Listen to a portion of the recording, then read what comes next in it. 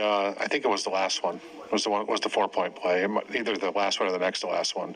And you kind of do like the arms out. I mean, you were obviously relishing that moment. Just what did all of that moment and really all of today sort of mean for you after?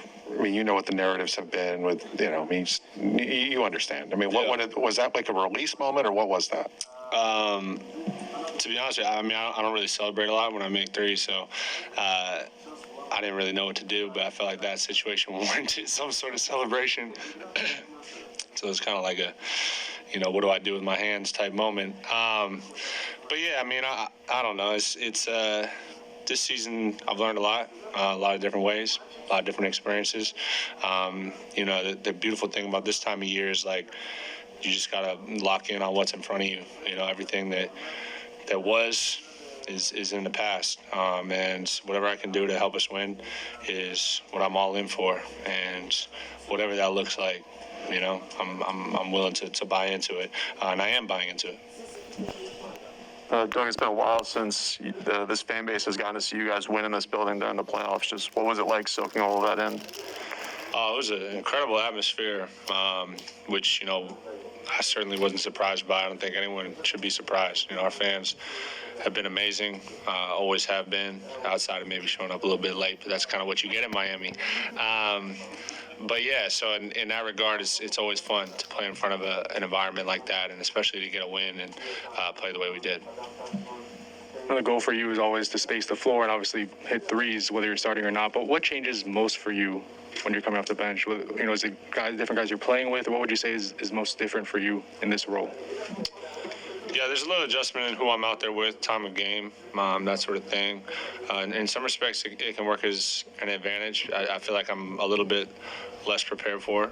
You can always have those like first couple possessions where, maybe they're not exactly matched up in terms of who's guarding who. So try to take advantage of that when I can. But, in a lot of senses, when I'm on the floor, like my role is what it is, so outside of like time of game when I'm out there and who I'm playing with, that's really the only thing that changes. How I play shouldn't really change. Duncan, I think it was after your second three, you ended up giving a pump fake. You drove, kicked it out to Jimmy, and when a Kyle three, it kind of sparked the big time run early. Do you notice kind of the offense half court changing after maybe you get a quick two, that you have those driving lanes open up, and kind of how does the offense change from there?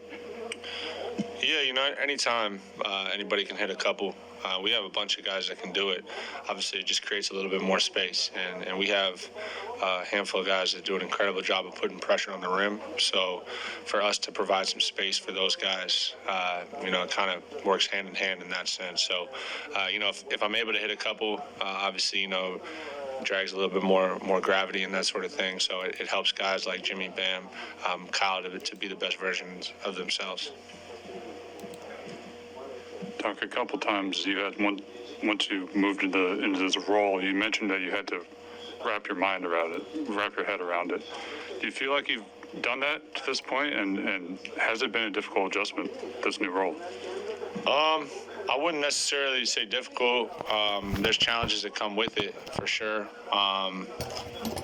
Difficult is relative. So, for me, it took a little time, which is expected. I started most of my career, at least wearing this jersey. So, in that sense, yeah, a little bit of adjustment. But, like I was saying earlier, at this time of year, it's not about who's starting this, that, shots, whatever. It's literally just about bottom line. Can you win, and can you help your team win? And one thing I know for sure is the coaching staff, team, whatever, they want guys out there that are going to help them win. So, that might change night to night based on matchup situations, all sort of things. So, for me, it's just about having the mental stability of locking in to doing whatever I can to help us. To not only be off a week, but not knowing who you're going to play until late Friday night, and then for you guys to come out and execute what appeared to be very close to like the game plan verbatim. What does that say about you guys to come out of those circumstances and turn in a performance like this? I mean, I think it just says it's a testament to how locked in we are in our leadership. in a unique way, not having an opponent this past week has really helped us focus on just ourselves and how can we maximize what we have in this locker room and understanding that what we have in there is enough. So I think it's a testament to our leadership, guys that have made deep runs in the playoffs, been holding the trophy at the end, starts, players, staff, everything in between. So, I think it's a testament to that. Duncan, just kind of keeping in mind that angle, what does a statement win today mean to this team starting the journey like this? I mean, it's always nice to throw the first punch, but in the grand scheme of things, it's just winning one game, So, we still got to go out and compete game 2. Obviously, that's a really good team, and they're going to make adjustments, and it's on us to make adjustments as well. And we will. We'll come together and figure out how we can be even better because it wasn't a game of perfect, and it shouldn't be. It never is. But the important thing is the energy and effort and flying around that we played with, and just unselfishness on offense. All right, Duncan, thank you. Cheers. What are you waiting for? What are you waiting for?